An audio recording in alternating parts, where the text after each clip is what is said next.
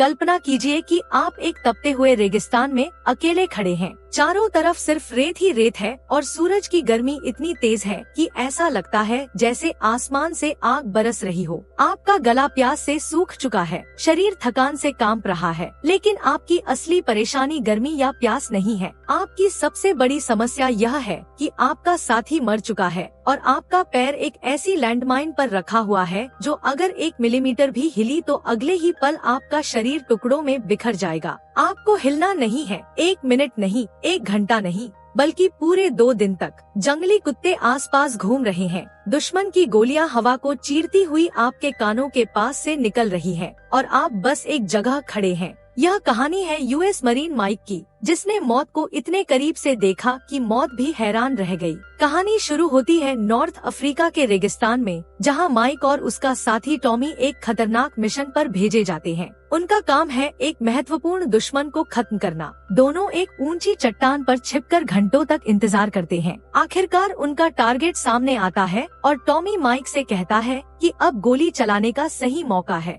Mic अपनी sniper rifle की scope से देखता है, लेकिन तभी उसे पता चलता है कि वहाँ सिर्फ टारगेट नहीं है, बल्कि एक शादी चल रही है। लोग नाच रहे हैं, बच्चे हंस रहे हैं और कई निर्दोष लोग वहाँ मौजूद हैं। माइक ट्रिगर पर उंगली रखते हुए भी गोली चलाने से मना कर देता है, लेकिन उसी समय उनकी स्नाइपर स्कोप की चमक दुश्मनों को दिखाई दे जाती है और अचानक गोलियां चलने लगती हैं। अब माइक और टॉमी को अपनी जान बचाने के लिए वहां से भागना पड़ता है। भागते भागते वे रेगिस्तान के एक ऐसे इलाके में पहुंच जाते हैं जहां जमीन के नीचे पुरानी बारूदी सुरंगें बिछी हुई हैं। माइक टॉमी को सावधान रहने के लिए कहता है, लेकिन टॉमी को लगता है कि ये सिर्फ डराने के लिए लगाए गए पुराने निशान हैं। जैसे ही टॉमी एक और कदम आगे बढ़ाता है, अचानक एक जोरदार धमाका होता है। रेत का गुबार आसमान में उड़ जाता है और जब धूल बैठती है तो टॉमी जमीन पर पड़ा होता है। उसके दोनों पैर घुटनों से नीचे गायब हो चुके होते हैं। वह दर्द से चीख रहा होता है और माइक घबराकर उसकी तरफ दौड़ता है, लेकिन जैसे ही माइक जमीन पर कदम रखता है, उसे एक हल्की सी आवाज सुनाई देती है, क्लिक। उसी पल माइक समझ जाता है कि अब वह भी एक लैंडमाइन के ऊपर खड़ा है और अगर उसने जरा सा भी हिलने की कोशिश की तो सब खत्म हो जाएगा। टॉमी जमीन पर तड़प रहा होता है और माइक उसकी मदद करना चाहता है, लेकिन वह हिल नहीं सकता।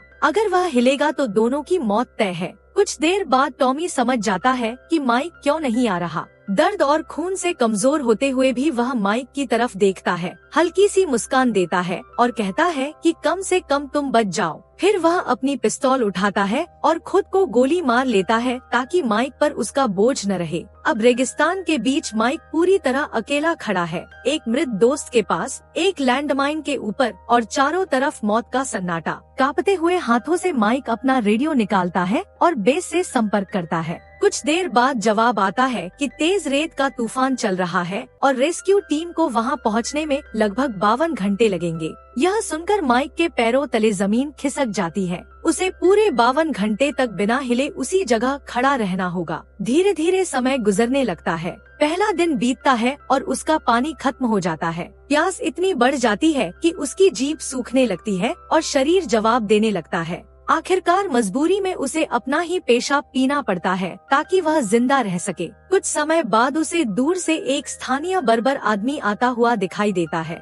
वह माइक को देखकर रुकता है और टूटी फूटी अंग्रेजी में कहता है कि अगर जीना है तो आगे बढ़ो और खुद को आजाद करो। लेकिन माइक डर के कारण हिल भी नहीं पाता। उसे यकीन है कि जैसे ही वह पैर हटाएगा, लैंडमाइन फट जाएगी और सब खत्म हो जाएगा। रात होते ही रेगिस्तान का माहौल और डरावना हो जाता है। अंधेरा चारों तरफ फैल जाता है और दूर दूर से जंगली कुत्तों की आवाजें आने लगती हैं। कुछ ही देर में वे कुत्ते उसके पास आ जाते हैं और उस पर हमला कर देते हैं। माइक एक पैर पर खड़े खड़े अपनी राइफल से उनका सामना करता है और किसी तरह उनसे लड़कर बच जाता है। अब उसकी हालत और खराब हो जाती है। प्यास, थकान और डर उसके दिमाग पर असर डालने लगते हैं। उसे भ्रम होने लगते हैं। उसे अपना बचपन याद आने लगता है जब उसके पिता ने उस पर अत्याचार किए थे। उसे ऐसा लगता है जैसे उसका मरा हुआ दोस्त टॉमी उसके पास खड़ा है और उससे बातें कर रहा है। समय जैसे रुक गया हो, लेकिन आखिरकार 52 घंटे पूरे होने के करीब आते हैं।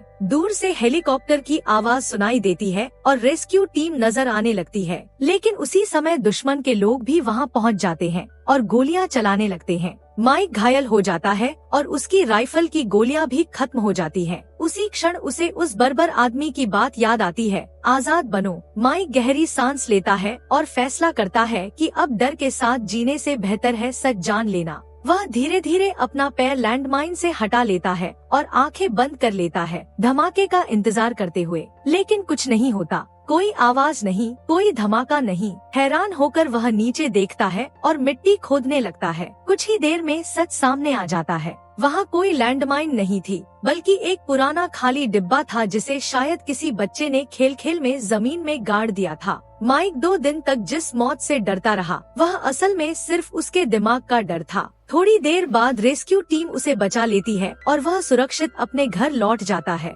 जहां उसकी गर्लफ्रेंड जेनी उसका इंतजार कर रही होती है। इस कहानी का सबक बहुत गहरा है। हमारी जिंदगी में भी कई बार ऐसे डर होते हैं जो हमें आगे बढ़ने से रोकते हैं, लेकिन सच यह है कि अक्सर वे डर सिर्फ हमारे दिमाग के बनाए हुए खाली डिब्बे होते हैं। जब तक हम हिम्मत करके कदम आगे नहीं बढ़ाते, हम कभी सच नहीं जान पाते और न ही आजाद हो पाते।